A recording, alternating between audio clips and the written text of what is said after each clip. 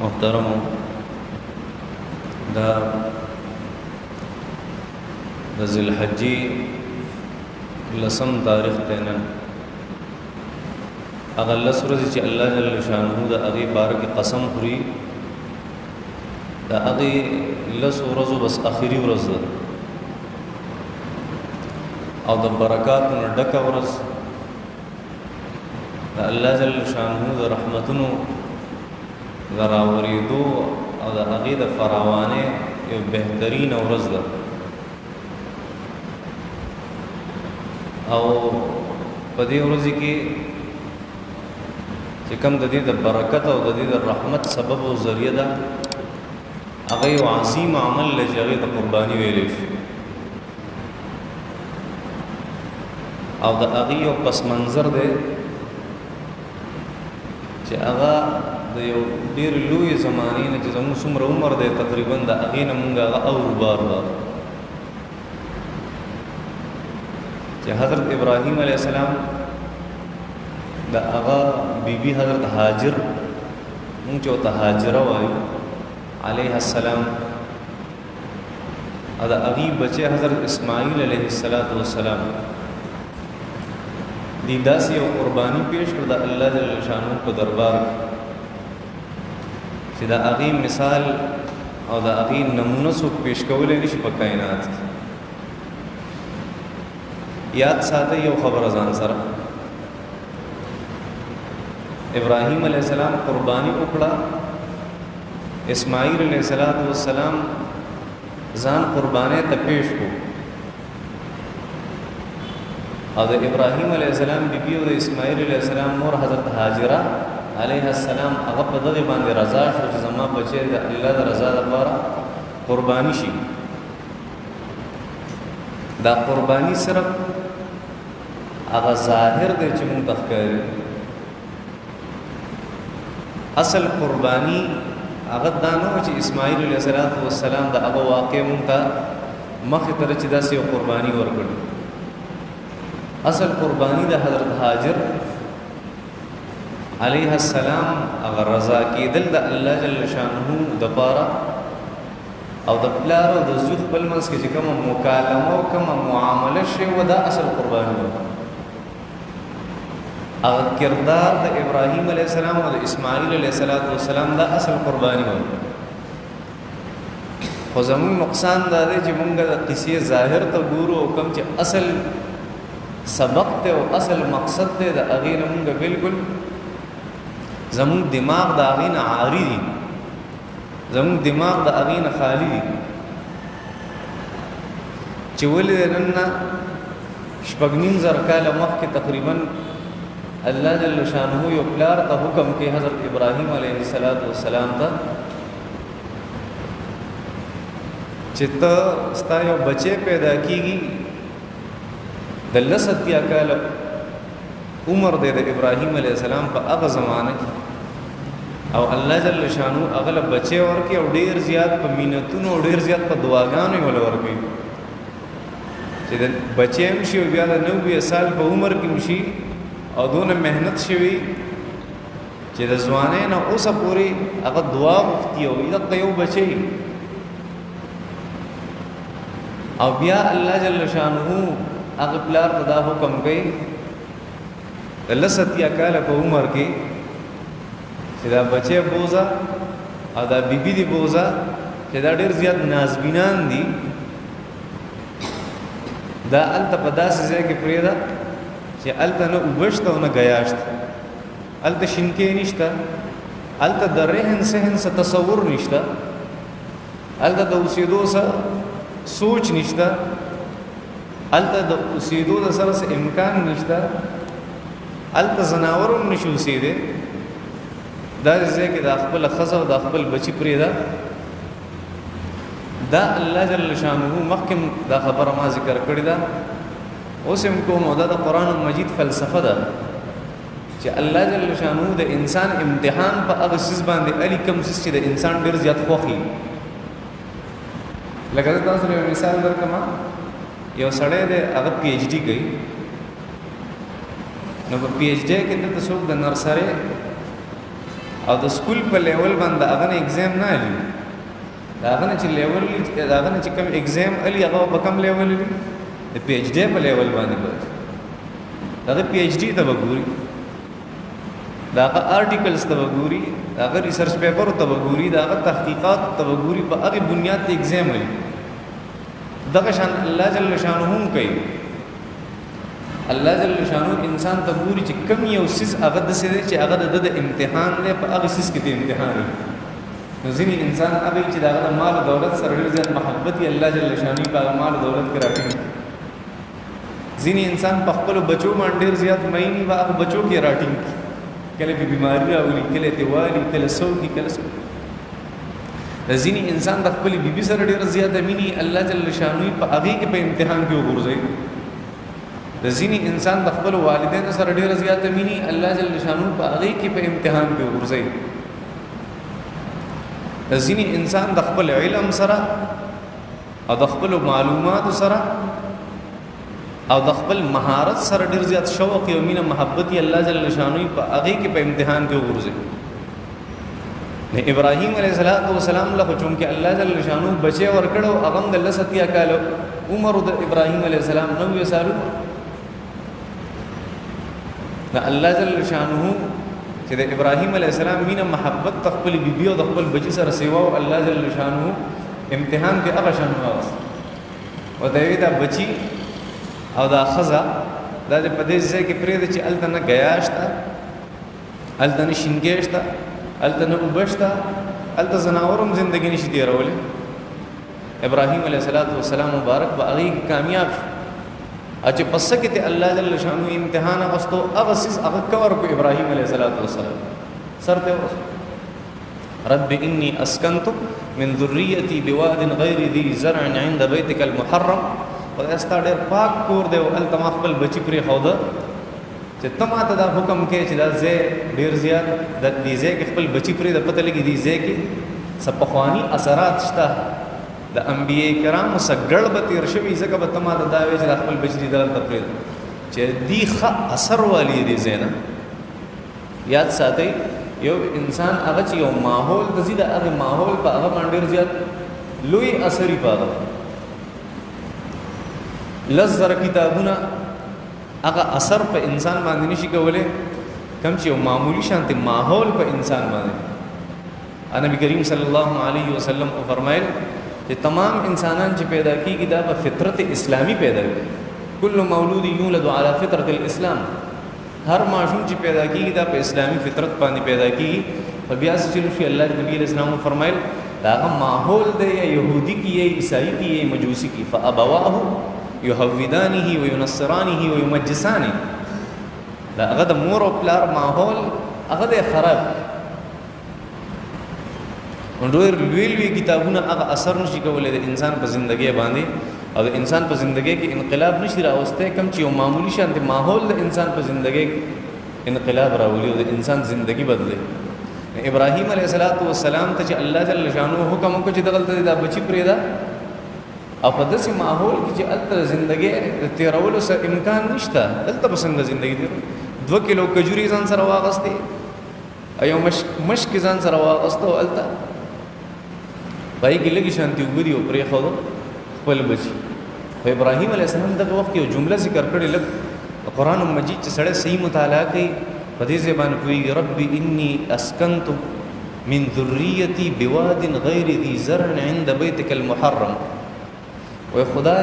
داس یو ځای دی چې نه پکې وبشت نه پکې غیاشته خو ډېر محترم ځای دی زه پکې د خپل بچي پرېږدم ابراهیم علیه السلام خانه کعبه وروسته جوړه کړې وه چې اسماعیل علیه السلام کله غټ شو هغه سره خانه کعبه جوړه کړې ابراهیم علیه السلام ته څه پته و چې دا عند بیتک المحرم دا ستا کور دی ډېر احترام والا کور دی د ابراهیم علیه السلام ته څنګه پته ولګېده خو الله جل شانو چې ورته حکم وکړي چې دا بچي دي دلته پرېږده پته لګي چې دا ماحول ډېر بهترین ماحول ځکه ابراهیم علیه السلام دا الفاظ ذکر دا خو یو خبره و چې حضرت ابراهیم علیه السلام په هغې کامیاب شو بیا ته هغه د بیبي حوصله هغه ډېره عجیبه ده ابراهیم علیه السلام یې هلته پرېږدي وایي زه په سفر باندې هلته چې پرېښوده واپس ته را روان شو دلته تاسو پاتې شئ او زه دننه لاړ ای ابراهیمه حضرت حاجر علیہ السلام وی اے ابراہیم ته مونږ چاته پرېږدي ته څه کې چېرته ځې ابراهیم علیه السلام خاموش دی الله جل شانو حکم دی بیا تپوس کوي اخر کې دا وایي چې ابراهیم علیه السلام په پیغمبر ته سوچ کړی دی جب چې یو کار کوي یو حرکت کوي یو خبره کوي دا نبی شان دا نه چې هغه ځان نه یو کار وکړي الله جل شانو د نبی کریم صلی الله علیه وسلم بارک فرمایي وما ينطق عن الهوى ان هو الا وحي يوحى پیغمبر چې د خپل خبر وباسي دا الله حکم پیغمبر چې حرکت کوي دا الله حکم پیغمبر قول او فعل دا الله جل شانو حکم یې ځان نه کوي ابراهیم علیه السلام دې کې چرتا مونږ په دې ځای کې پریدي خو د الله حکم بین حضرت حاجر علیه السلام کو فرمایل چې ابراهیم الله جل شانو آیات ته حکم کړی چې مونږ دلته پریدا ابراهیم علیه السلام ته فرمایل نعم او الله جل شانو ته ویلي چې د خپل بچی دلته پریدا وی ټیک ته ابراهیم چې الله جل شانو ته حکم کړی دی زموږ هیڅ پروا نشته الله جل شانو به مونږ چرته نه ځای دې ته ایمان ویلې شي څه ته ویلې ایمان د ایمان دا مطلب نه دی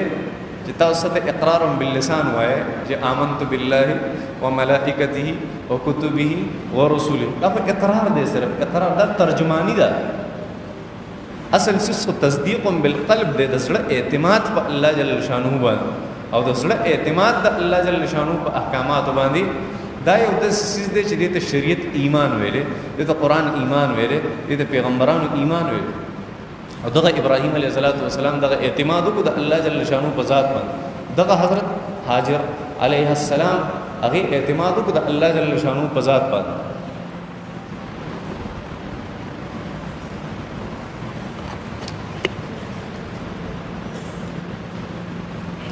حضرت ابراهیم علیه السلام لاړو دا بس سمود تیر شو حضرت ابراهیم علیه السلام ته الله جل شانو فرمایل خوب کې زموږ عقیده دا د پیغمبر خوب دا 100% وحی ده سوي د پیغمبر خوب دا 100% وحی ده مونږ ته کوم خوبونه راځي دا شیطانی آثار هم کې دي شي دا د الله جل شانو د طرف نه بشارت هم کې دي شي زیر هم کې دي شي او دا د دماغ او د معدې د هغه بوجم کې دي شي په انسان باندې چې کله ګډوډ خوبونه وي داسې کې دي شي او د پیغمبر خوب هغه داسې نه هغه چې کله خوب ویني ته وحی وي دریش په مسلسل حضرت ابراهیم علیه السلام او خوب لید چې خپل بچی حضرت اسماعیل علیه السلام هغه لګیم ذبح کوم د الله جل شانو په حکم باندې ابراهیم علیه السلام ته پته ولګی دا چې الله جل شانو دا غواړي چې د بچی قرباني دی ورکړي ابراهیم علیه السلام راغې بچی د شپږ وو کالو دی اله دومره دی فلما بلغ معه السعي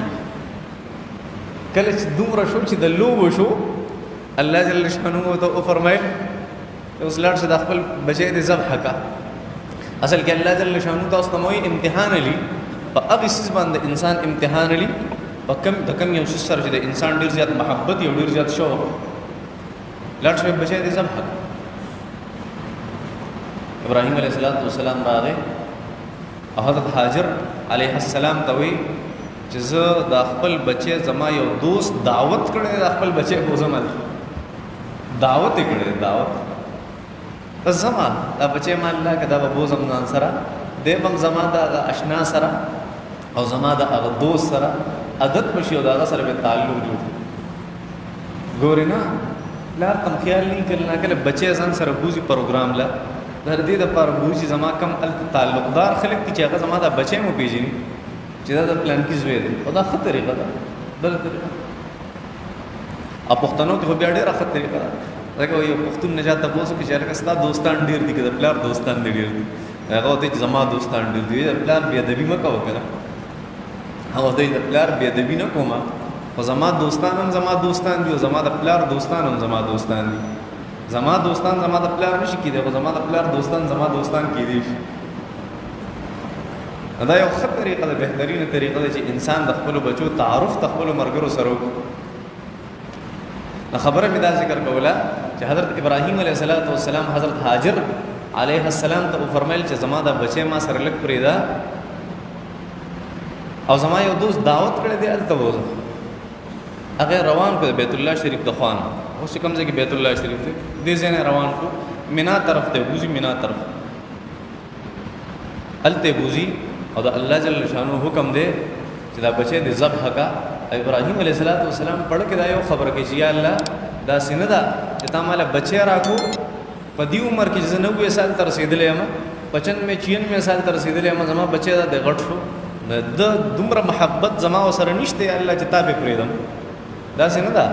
خدای زما چې کوم مخ کې محبت او زما چې کوم مخ کې اعتماد او زما چې کوم مخ کې مینوا زما چې کوم مخ کې نیت او زما چې کوم مخ کې نه اخلاص او هغه اوسم زما پزړه کې دی یا الله دا څنګه چې هغه کې څه کمه راغله د اسماعیل په وجبانه نه دا څه نشته یا الله خیر غیر اختیاري محبت مې د اسماعیل علیه السلام سره کوم چې د اولاد سره د انسان او دا څنګه چې زما پزړه کې دونه ځای کړي حضرت اسماعیل چې دا هغه د وجستا محبت ما هیر کړي او شاته مې غرزول نه دا څنګه اسماعیل علیہ السلام راون کې شیطان راغی ابلیس راغی اسماعیل علیہ السلام هغه ته وی وتا ته پدشتا اول ابراهیم علیہ السلام راغلو وتا ته ودا سکه ابراهیم ودا الله جل شانو له حکم دے هغه پس زما د الله جل شانو د رضا کار دے الله جل شانو عبادت ته بس هغه سر کوما شیطان ته وی د الله جل شانو د رضا نورم کارونه شتا د الله جل شانو د رضا نورم کارونه شته یوازې دا کار دا شیطان کله نا کله یو عجیب وار کوي په انسان باندې دا خلکو ته دا خبره کوي وای دا پلان کې نیک عمل مکو دې پسې دا بل کار نور ډېر نیک اعمال لکه تاسو له مثال درکم دا قرباني ورزيدي مستاو زین کې دا خبره اچي ته دا 1 لک روپے په قرباني ورکې دا چې تقریبانان لوري نور غریبانان لوري نور غریبانان لور کې دا به سکارو نه الله جل شانو چې کوم عبادت په کوم ځای مقرر کړی دی په هغه ځای کې هغه کول هغه عبادت د صدقات او د چا سره د همدردۍ د هغه ځان له فضیلت او خپل یو ټیم او خپل یو حالي باغی کې خلق دار بل یو موقع ده او قرباني کول د ځان له یو موقع په هغه کې د عبادت دا درې ورځې د قرباني چې اونښ وخت څه ختم دا ټول عمر نه دی صدقې پټول کال کیږي قرباني بیا پټول کال کې نه کیږي ستنه جوړیږي بیا یو په 500 سلال کې سره فائدې نشته هغه نه ملاوي کوم چې په دې ورځو کې ملاويږي سر په دې باندې شیطان حضرت ابراهيم عليه السلام ته د الله جل شانو د رضا او نورم طریقې دی هغه ولې نه کوي دا کې چرته عبادت کوه چرته د الله جل شانو کور جوړ کا چرته ذکر اذکار کوه چرته منځونه کوه چرته صدقې کوه اته ډېر نیک سړی ته بغیر د ملمنه روټه نه پرې د سره ته دومره نیک انسان اوس یو خبر د زړه ترا خوشوي د پتن لګي چې صحیح ده که صحیح نه ده اته سکه د هغه په بنیاد باندې دونه بهترین زوی چې الله جل شانو تعالی درکړي دي ته هغه الاله اتین د الله جل شانو کوم نو اذا سم کوا ابراهيم عليه السلام او په جندا شیطان دې کانی راوا واست گزارې په دینه پس وخت کې اسماعیل علیہ السلام دراغه بچیا دا ته پدشت پلار دې څه ته وځي او دمه د بابا د مرګري دعوت ته غیلې مې وځي التزم نه التزم وځي تا علالې نه پلار څوک نه علالې غوته مړکې دي نه وي پلار څوک نه وي پلار خو زما سره ډېر مینه محبت ته سنې شي کېده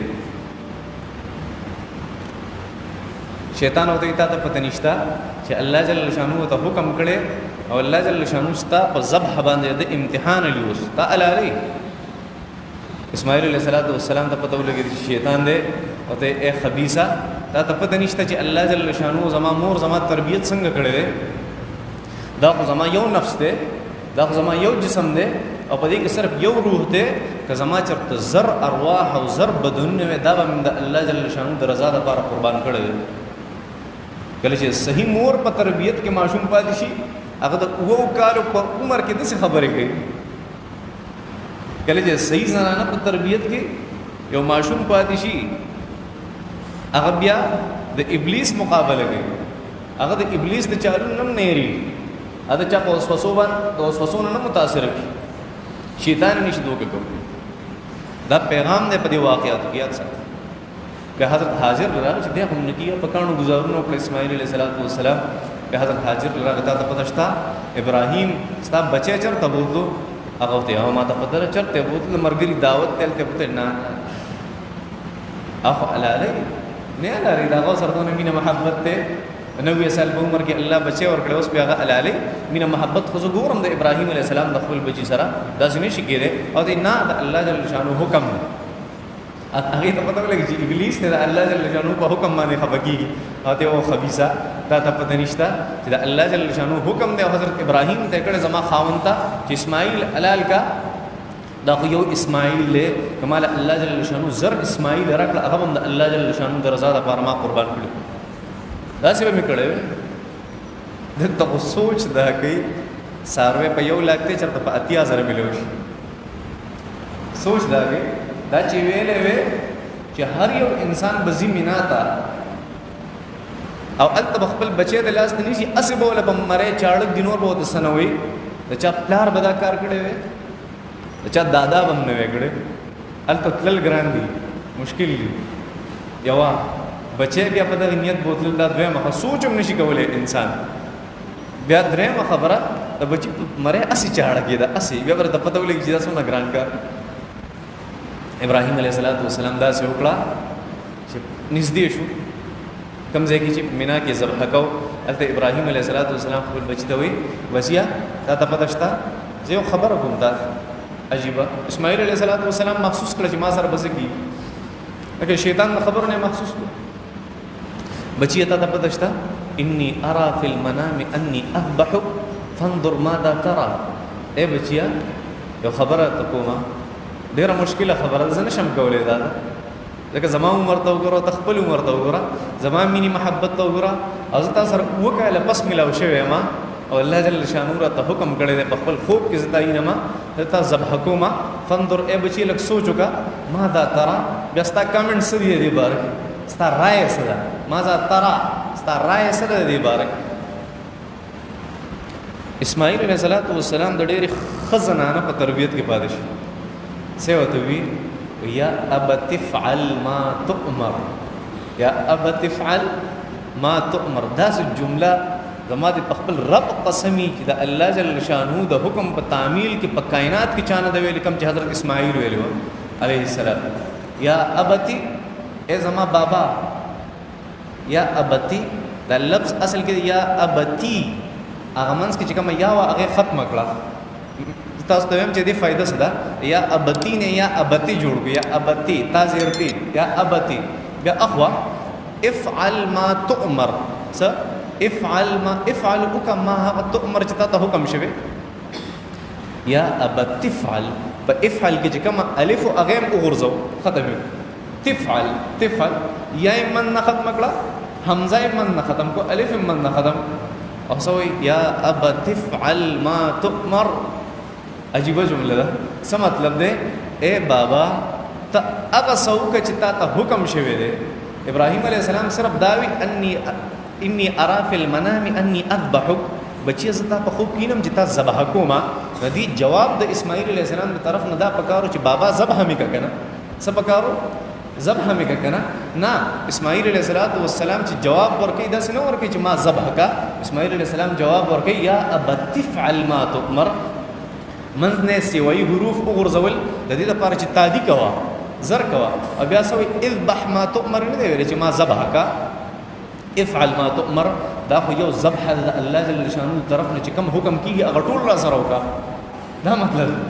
چې څه حکم د تکیږي د الله جل شانو طرف نه افعل افعل افعل اذبح لفظ نه راغلی چې ما ذبح کا افعل کوا کوا چې سکه او یا ابت افعل مزن یا مغرزیدا الف مغرز سمته زر کوا زر کو دا الله جل شانو په حکم کې چرتا لیټ نسران شي چرتا تعجیل په ګران شي رستواله په ګران شي تاخير په ګران شي دا څنګه دا شاته تربیت موجود دی د حضرت هاجر علیه السلام ځکه دا خبره کی بیا سوې خپل بعد اوس کردار دی اوس عجیب خبرې دې نه مکالمه شروع شوه د اسماعیل علیه السلام چې هغه ډېر یو بهترین سبق دی د امت لپاره د هغې د نسل د امت د نسل لپاره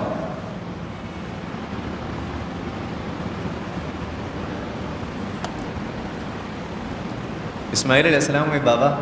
یو خبره ته کومه ډېره عجیبه داسې وکړه که نه زما خپې وتړه زما لاسونه وتړه شاته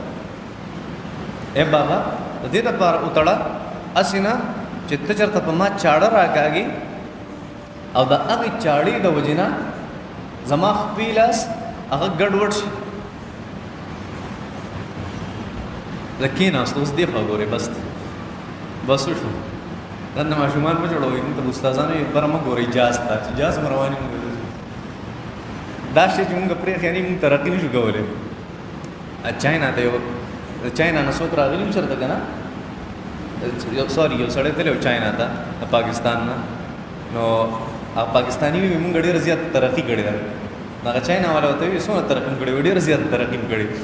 ښځه چاینا والا ورته وایي کله چې جاز بره روان وي تاسو ورته بره ګورئ که نه؟ وایي موږ خو ورته ګورو داسې. وایي دې ته ترقي نه وایي، دې ته ترقي د انسان چې کوم کار وي هغې سره کار ساتل پکار وي. ښه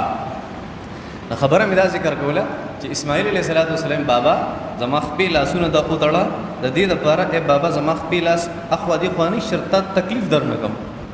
دا اوس ادب او احترام. دلته خو پلار له دیګه ورکوي د کور نه وځه ته پکې چا راوستی. دلته خو مور یې داسې تربیت کړی وایي دې دلو دوس او بېغیرته پته نه کم کم الفاظ ذکر کوي د پلار دپاره. وایي ته ټول عمر بار تېر کړی ده ستا دپاره څه کړي؟ ما ټول محنت ستا سره کړی، ستا تربیت مې کړی. هغه پلار د ګریوان نه نیسي، هغه له دیګه هم ورکوي. د خپل ملګري خیال ساتي خو د پلار خیال بیا نه ساتي. د شاته تربیت چې کله د مور صحیح موجود وي بیا څه وایي بابا زما خپې لاس وتړه چې دا تکلیف میلاو نه شي. خپې لاس کې ابراهیم علیه السلام وله وتړل. ابراهیم علیه السلام چاړه راکاږي مزه نه کوي، چاړه راکاږي مزه نه کوي. ابراهیم علیه السلام ډېر زیات حیران شو. راغې چاړې راواغستې خو ګډه پرته وه، کش کش کش کش په هغې باندې ګډه تېره کوله. دلته خو مونږ ته حضور اقدس صلی الله علیه وسلم وفرمایل وایي د څاروي مخې ته چاړه مه تېره کوئ. هلته بچي دونه خطرناکه قرباني دی چې د هغه مخې ته چاړه هم تېره کوي. د څاروي تکلیف نه نبي علیه السلام وفرمایل. هلته د اسماعیل هغه انسان دی چې د هغه په تندي کې د محمد رسول الله د نسب هغه نور هغه مونږ ته ښکاري. هغه الټه پروت دی او د هغه مخې ته چاړه تېره کولی شي. عجیبه خبره ده. ابراهیم علیه السلام راغی بیا ورته اسماعیل علیه السلام وایي بابا یو کار وکړه د خپې لاس راله پرانیزه او ځان نه مې لږ لرې وساته. بچیه ولې داسې ولې وکړم او الټه مې که بابا الټه مې که د دې دپاره چې ستا نظر په ما نه لګي یا خپلې سترګې وتړه بابا چې ستا نظر په ما باندې چېرته ونه لګي. ابراهیم علیه السلام سترګې وتړلې. بابا ما ځان لږ لرې کا هسې نه چې ته چاړه راکاږي او ستا سپینو جامو ته زما د جسم د اینې دارې لاړې شي چېرته. ادب او احترام ته ګوره. دلته خو د پلار په زندګۍ باندې د پلار په عزت باندې داغونه لګوي خلک. پلار ته څه نه وایي دلته خلک. پلار فریاد کوي د بچو نه. پلار خبر نشي کولی بچي دا پلار ته داسې وردان کي ته به چې دا پلار دی او هغه زوی دی دا زما د مخې کېږي ځکه دا خبرې کوم. هلته ابراهیم علیه السلام ته بچی څه وایي بابا ما ځان نه لږ لرې کړه بیا لاس راله پرانیزه واپس او الټه مې کا بابا چې تا تکلیف نشي بابا ستا په سپینو کپړو باندې چېرته داغ ونه لګي زما دیږي. امام خازن رحمت الله علیه ذکر کړي په خپل تفسیر. بیا څه وایي هغه ته تپوس کې بچي اوسه پورې دی وایي چې خپې لاس راله وتړه اوس وایي چې خپې لاس پرانیزه څه وجه کېدی شي. بابا وایي تا ته پته نشته هسې نه چې وروسته تاریخ دانه خلک راشي، وروسته هسټرۍ والا خلک راشي او هغې هسې نه چې په خپل کتاب کې دا خبره ولیکي چې اسماعیل هغه په ذبح باندې رضا نه او پلار د خپلو لاسونه تړلی او په زور باندې ذبح کړی. زه دې ته نه یم تیار چې بله ورځ یو سړی دا خبر رقم تراز کي، بله ورځ یو سړی دا خبره په خپل کتاب کې ولیکي چې اسماعیل هغه په زور ذبح شوی. زما خپل لاس پرانیزه زه به خوځم هم نه انشاءالله ستجدني ان شاء الله من الصابرین. ای بابا زه به ډېر زیات صبر کوم خیر دی ته کوه چې څه کې سره دا مکالمه او دا ادب او دا احترام او دا مینه او دا محبت او دا قربانی دا هغه اصل څیز دی په دې قربانی. دا د دې ورځې پیغام دا هغه پس منظر دی دا هغه څیز مونږ چې په چاړه راکاږو او دا هغه څیز چې باندې مونږ سوچ کوو چې په 80,000 والو که په 10,000 والو که په 1 لاکھ والو چې شی ارزان میلاو شي دا خبره اکه داسې ویلی چې بچی قربان کړي. نو اصل څیز د ابراهیم او د اسماعیل علیهم السلام د هغې د کردار دی، د هغې د خبره ده، د هغې د مکالمه ده د یو بل سره. دغې نه سبق اخیستل پکار دي. الله جل شانو د عمل کولو توفیق راکړي. الله جل شانو په دې ورځ زموږ چې دا څونه اعمال دي الله جل شانو دي په خپل دربار عالیه کې قبول او منظور ګرځي.